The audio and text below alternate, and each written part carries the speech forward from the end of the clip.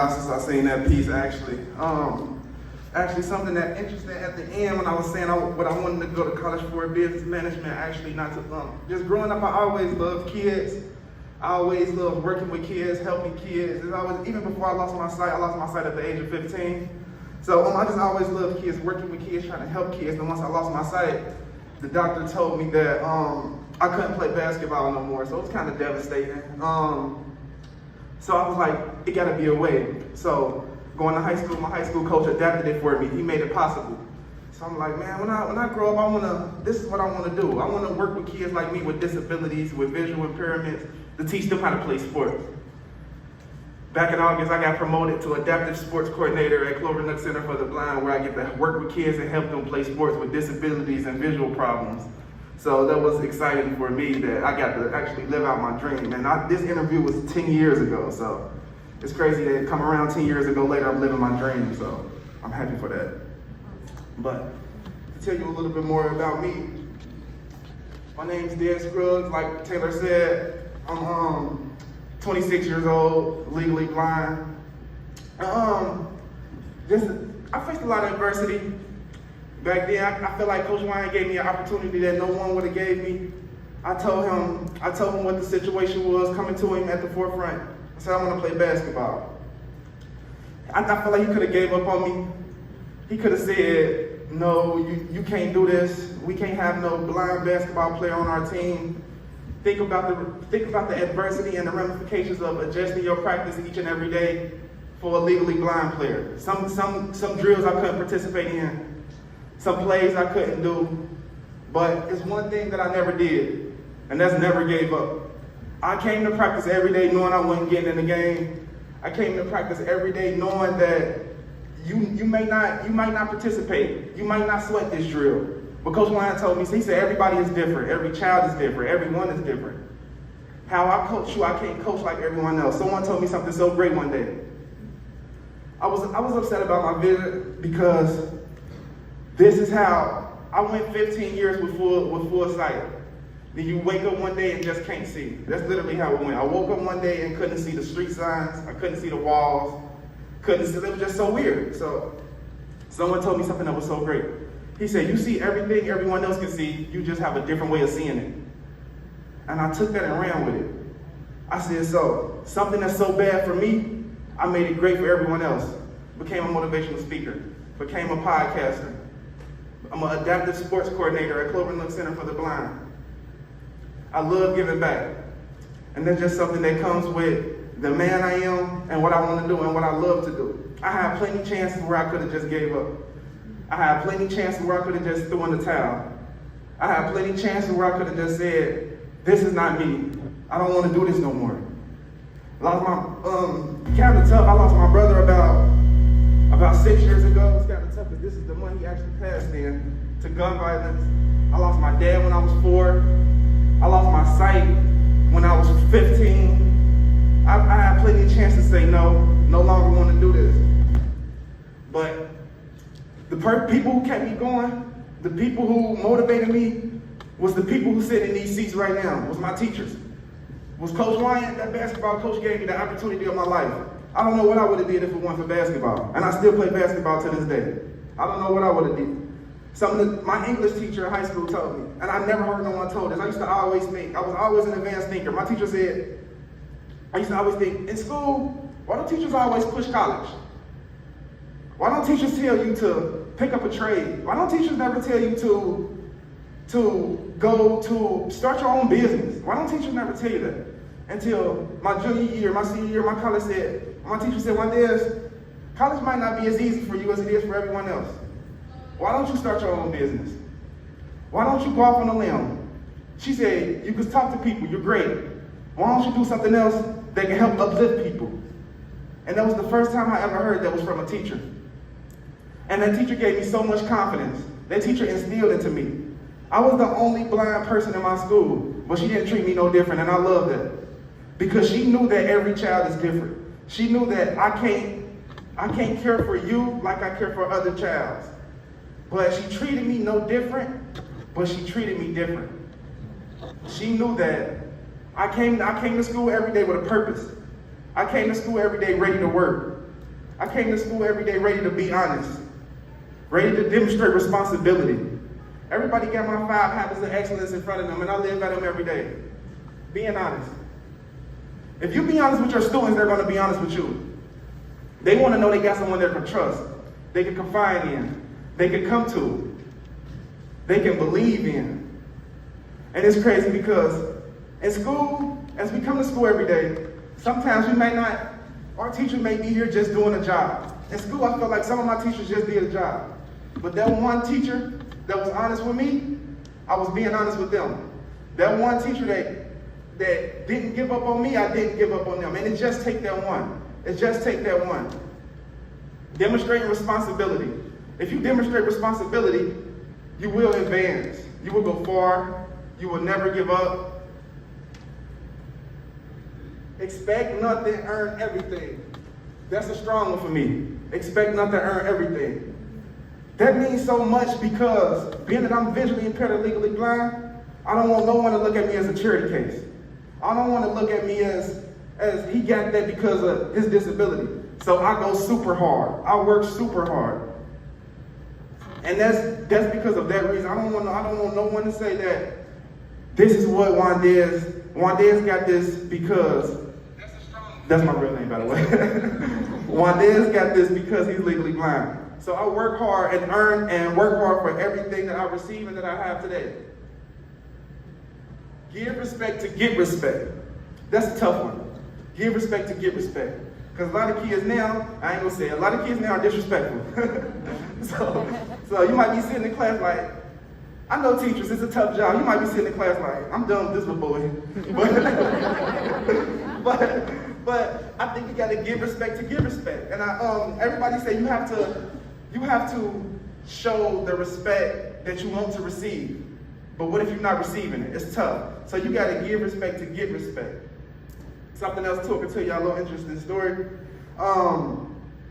When I lost my sight, I was sitting in the doctor's office, and my mom thought that I was trying to skip school. That's why I didn't want to go to school.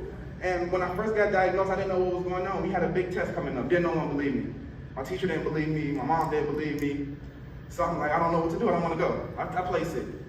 So stay home, play sick. Mom said, okay, we're going to go to the doctor. We're going to take this one serious. We went to the doctor. Like I said, I love the game of basketball to this day. We went to the doctor. They give you the at-chart test. They put the biggest letter on the board. And the doctor said, can you tell me what's this? I said, no. My mom said, if you don't tell me what that letter is, then you can't play basketball. I responded back, well, I guess I just won't be playing today.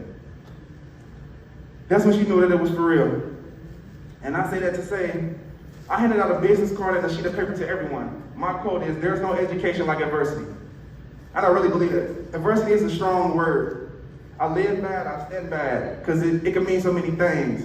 Adversity, you can maintain it, you can sustain it, you can withstand it. It can mean so many different things. And I think that we all face adversity to this day. And I faced a lot of adversity. Like I said, with that situation, I could have been gave up. I could have been folded. I could have been walked away. I could have been said, I don't want to do this. Just like my brother Arthur B. Anderson, he's someone else that motivates me. I feel like also he could have been gave up. He faced a lot of adversity. He could have been walked away. But he's someone that motivates me every day. Before myself, I never met anyone that was visually impaired or blind before I started working at Clover Nook. And working there made me realize that there are some great people. That it's people that still living well and productive lives while being blind and visually impaired. But like I said earlier, each one is different. You can't handle a visually impaired kid or a disabled kid as if you was to handle a well-trained student or a student that's coming from different community. Just like Arthur said, we all come from different backgrounds of life. One student may go home, their parents might not be there. Their dad work a third shift, their mom work a first and second shift just to put food on the table. So they come into school to look for attention. They come into school to act up. They can get irritated because you don't know what's going on, but they just want some attention. They're not getting the proper love, attention, and care at home. So they come into school hoping that maybe if I come here, someone will notice me. Maybe if I come here, the teacher gonna show me that type of love that I'm not getting at home. And it could be tough. I seen it firsthand. Being a basketball coach, I still coach at Hughes till this day. being a basketball coach, so many people that come to practice. Hey, coach, can I get $5? I think in the back of my head, like, my mom always sent me to school with money. And that's another way I think. Everybody's background is different. So, as an educator role, as a teacher role, it's our responsibility to instill these love in the kids that they're not getting at home. It's our position, and we signed up for this. It's our position to instill love into them, to care for them, and to show them the proper love that they need, that we didn't get, that I didn't get. So by me saying that, I say that never give up, demonstrate responsibility. And last but not least, don't quit, don't ever give up. That's another one that's big to me. Don't quit, don't ever give up. Like I said, I could have been quit, I could have been gave up. But my educators refused to let me. The teachers that was in my school that was training me refused to let me. And there was a lot of motivation. I could have been gave up. If it wasn't for Coach Wine giving me this opportunity to play basketball, I don't know where I would have been. I didn't get in the game. I didn't touch the floor. That one clip they seen, they sold y'all a dream. He put me in the game for the news. I didn't get in, but I came to practice every day ready to work. I was the best leader on the court. I was the best leader off the court. Made honor roll every year at the school. I made honor roll when I wasn't even thinking I could do it. I made honor roll when I didn't even think it was possible. And that was because of my educators. That was because of my teachers. Instead of that confidence in me.